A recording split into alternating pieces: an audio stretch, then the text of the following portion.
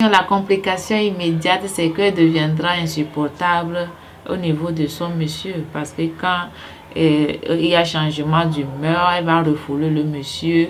Au niveau des rapports sexuels, ce ne sera pas, ça va agir immédiatement sur le couple, son entourage. S'il y a la belle-mère, les belles-sœurs, souvent c'est des querelles et on va commencer par dire qu'elle est devenue tant et tel. Cette dépression peut causer un accouchement prématuré. Cette dépression peut causer des avortements. Ça peut être un avortement volontaire parce que quand on a la dépression, il y a un désintérêt général sur toute chose et plus particulièrement sur la grossesse.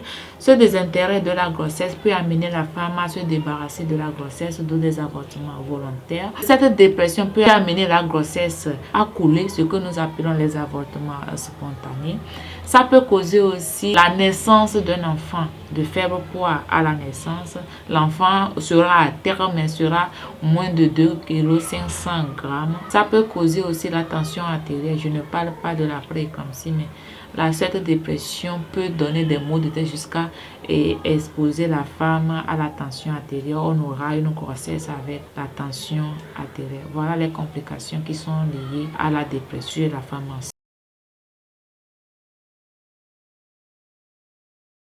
Premièrement, il faudrait que la grossesse soit désirée. Nous sommes au 21e siècle. Il y a tous les moyens pour que la femme, le couple ait une grossesse désirée. Si la grossesse est désirée, le risque est moins. Si la grossesse est désirée, ça va permettre à la femme de rédiger le projet de naissance. Même dès le début de la grossesse, élaborer un projet de naissance qui va permettre à la femme de minimiser le risque de la dépression. La femme enceinte, dès que la grossesse vient, il faudrait qu'elle sente qu'elle est accompagnée par son mari, premièrement, et son entourage.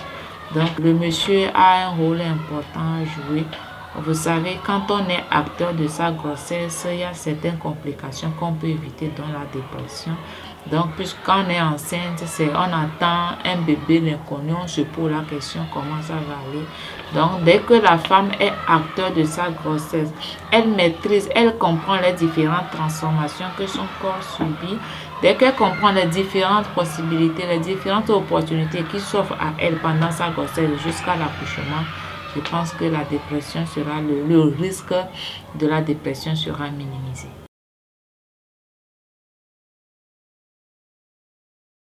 Le premier rôle, c'est d'accompagner la femme, la rassurer, la parler, comme je l'ai dit plus haut. Dès que la femme choisit sa sage-femme, parce que la sage-femme prend en compte ses priorités, ça va nous permettre de bien la rassurer, de bien lui expliquer tout ce qui se passe tout au long de la grossesse et pouvoir diagnostiquer les complications de cette dépression au cas où cela installe.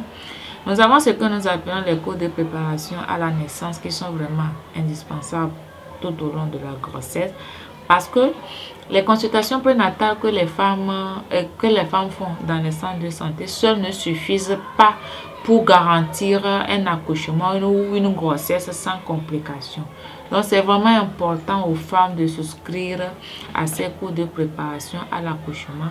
Au cours de ces cours de préparation à la naissance, ça va permettre à la femme de comprendre les différentes modifications que son corps, son organisme va subir durant tous les 9 mois. Elle va comprendre les différentes complications qui peuvent survenir au cas où elle ne fait pas ci, elle ne fait pas tant. Ça va rassurer la femme. Et vous savez, quand la femme est rassurée, quand la femme n'a pas le stress, elle déclenche une hormone de bonheur qui facilite l'accouchement. Comme nous l'avons dit plus haut, la dépression peut se compliquer par une dépression après l'accouchement. Donc la sage-femme, le gynécologue ou le personnel de santé qui est apte à donner des consultations prénatales doit jouer un rôle important en rassurant la femme, en accompagnant. Ça permet à la femme d'être rassurée premièrement, de savoir qu'il y a des personnes qui prennent en compte ses priorités et pour éviter cette dépression, que ce soit pendant la grossesse ou après l'accouchement.